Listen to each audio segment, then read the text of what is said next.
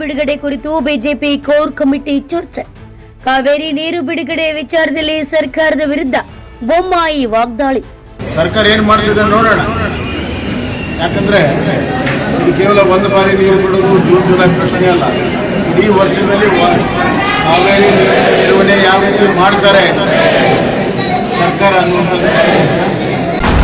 ಕಾವೇರಿ ನೀರು ಬಿಡುಗಡೆ ವಿಚಾರಕ್ಕೆ ರಾಜಕೀಯ ಕಾವು. ತಮಿಳುನಾಡಿಗೆ ನೀರು ಬಿಡುಗಡೆ ಕುರಿತು ಬಿಜೆಪಿ ಅಸಮಾಧಾನ. ನಾವು 9,500 ಕೇಳಿದ್ರು, ನಾವು 3,000 ಕಳಿಸಿದ್ವಿ. ಅದೇ ಬಹಳ ದೊಡ್ಡ ಸಾಧನೆಯನ್ನು ಬಿಂಬಿಸುವಂತದ್ದು ಕರ್ನಾಟಕದ ಧೋರಣೆ ಸರಿಯಲ್ಲ. ಇನ್ನ ರೈತರಿಗೆ ಇನ್ನ ಮಣ್ಣಿನೂ ಕೂಡ ನೀರು ಬಿಟ್ಟಿಲ್ಲ, ಅದು ಬಹಳ ಮುಖ್ಯ.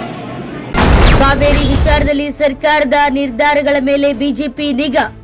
ರಾಜ್ಯದ ಪರ ಕಾನೂನು ಹೋರಾಟಕ್ಕೆ ಬಲವಾದ ಅಂಶಗಳಿವೆ. ಬೊಮ್ಮಾಯಿ ಹೇಳಿಕೆ. ಸ್ವಲ್ಪ ಮುಂಚಿತವಾಗಿ ನೀರು ಬಿಟ್ಟಿರುವಂಥದ್ದು ಗಮನದಲ್ಲಿದೆ. ಏನೇ ಆಗಲಿ ಸುಪ್ರೀಂ ಕೋರ್ಟ್ನಲ್ಲಿ ವಾದ ಮಾಡೋದಕ್ಕೆ ನಮಗೆ ಬಹಳ ಗಟ್ಟಿಯಾಗಿರುವಂಥ ವಿಚಾರ ಸಿಕ್ಕಿದೆ. ರಾಜ್ಯ ಬಿಜೆಪಿ ಕಚೇರಿಯಲ್ಲಿ ನಡೆದ ಪಕ್ಷದ ಕೋರ್ ಕಮಿಟಿ ಸಭೆಯ ಬಳಿಕ ಮಾಧ್ಯಮಗಳೊಂದಿಗೆ ಮಾತನಾಡಿದ ಮಾಜಿ ಮುಖ್ಯಮಂತ್ರಿ ಬಸವರಾಜ ಬೊಮ್ಮಾಯಿ ಕಾವೇರಿ ನೀರು ಬಿಡುಗಡೆ ವಿಚಾರದಲ್ಲಿ ರಾಜ್ಯ ಸರ್ಕಾರದ ಕ್ರಮವನ್ನು ಪ್ರಶ್ನಿಸಿದ್ದಾರೆ. ಕರ್ನಾಟಕದಲ್ಲಿ ವರುಣದೇವನ ಕೃಪೆಯಿಂದ ಉತ್ತಮ ಮಳೆಯಾಗಿದ್ರು ರಾಜ್ಯದ ಜಲಾಶಯಗಳು ಸಂಪೂರ್ಣ ಭರ್ತಿಯಾಗುವ ಮುನ್ನವೇ ತಮಿಳುನಾಡಿಗೆ ತರಾತುರಿಯಲ್ಲಿ ನೀರು ಹರಿಸಲಾಗಿದೆ ಅಂತ ಆರೋಪಿಸಿದರು.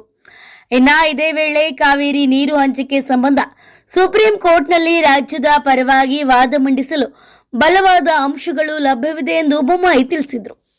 ಜೂನ್ ಹಾಗೂ ಜುಲೈ ತಿಂಗಳಿನಲ್ಲಿ ನೀರು ಬಿಡುಗಡೆ ಮಾತ್ರವಲ್ಲದೆ ಮುಂದಿನ ದಿನಗಳಲ್ಲಿ ಸರ್ಕಾರ ಕಾವೇರಿ ನೀರಿನ ನಿರ್ವಹಣೆಯನ್ನ ಹೇಗೆ ಮಾಡುತ್ತದೆ ಎಂಬುದನ್ನು ಕಾದು ನೋಡಬೇಕಿದೆ ಅಂತ ತಿಳಿಸಿದರು.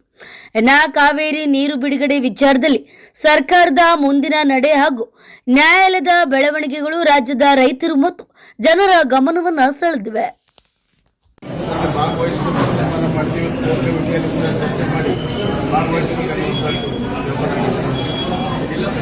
ಈಗ ನಿನ್ನೆ ಮಳೆ ಬಂದು ನಮ್ಮ ಕರ್ನಾಟಕಕ್ಕೆ ವರುಣದೇವ ಆಶೀರ್ವಾದ ಮಾಡಿದ್ದಾರೆ.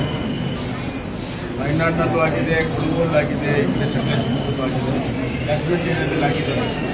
ಆ ಹಿನ್ನೆಲೆಯಲ್ಲಿ ಕಬಿನಿಯಲ್ಲಿ ನೀರು ಬಿಟ್ಟಿದ್ದಾರೆ. ಅದನ್ನು ಪೂರ್ತಾಗೋದು ಕಾಯೋಕ್ಕಿಂತ ಮುಂಚೆನೇ ನಿನ್ನೆನೇ ಸೂಚನೆ ಕೊಟ್ಟು ಸ್ವಲ್ಪ ಮುಂಚಿತವಾಗೇ ನೀರು ಬಿಟ್ಟಿರುವಂಥದ್ದು ಗಮನದಲ್ಲಿದೆ. ಏನೇ ಆಗಲಿ ಸುಪ್ರೀಂ ಕೋರ್ಟ್ನಲ್ಲಿ ವಾದ ಮಾಡೋದಕ್ಕೆ ನಮಗೆ ಭಾಳ ಗಟ್ಟಿಯಾಗಿರುವಂಥ ವಿಚಾರ ಸಿಕ್ಕಿದೆ.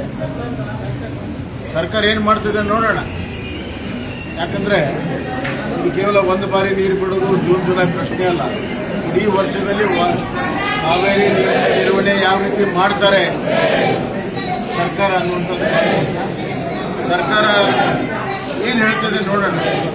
ನಮ್ಮದೇ ಆದಂಥ ವಿಚಾರಗಳಿದ್ದಾವೆ, ಅಲ್ಲಿ ಸರ್ಕಾರ ಜೊತೆಗೆ ಚರ್ಚೆ ಮಾಡ್ತೀವಿ.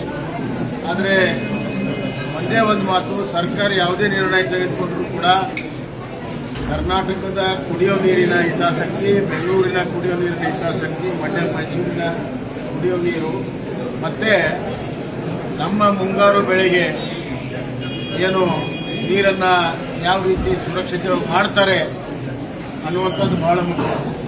ಇದು ಹುಡುಗಾಟದ ಮಾತಾಗಿದೆ. ನಾವು 9,500 ಕೇಳಿದ್ರು, ನಾವು 3,000 ಕಳಿಸಿದ್ವಿ. ಅದೇ ಬಹಳ ದೊಡ್ಡ ಸಾಧನೆಯನ್ನು ಬಿಂಬಿಸುವಂತದ್ದು ಕರ್ನಾಟಕದ ಧೋರಣೆ ಸರಿಯಲ್ಲ. ಇನ್ನ ರೈತರಿಗೆ ಇನ್ನ ಮಣ್ಣಿನೂ ಕೂಡ ನೀರು ಬಿಟ್ಟಿಲ್ಲ, ಅದು ಬಹಳ ಮುಖ್ಯ.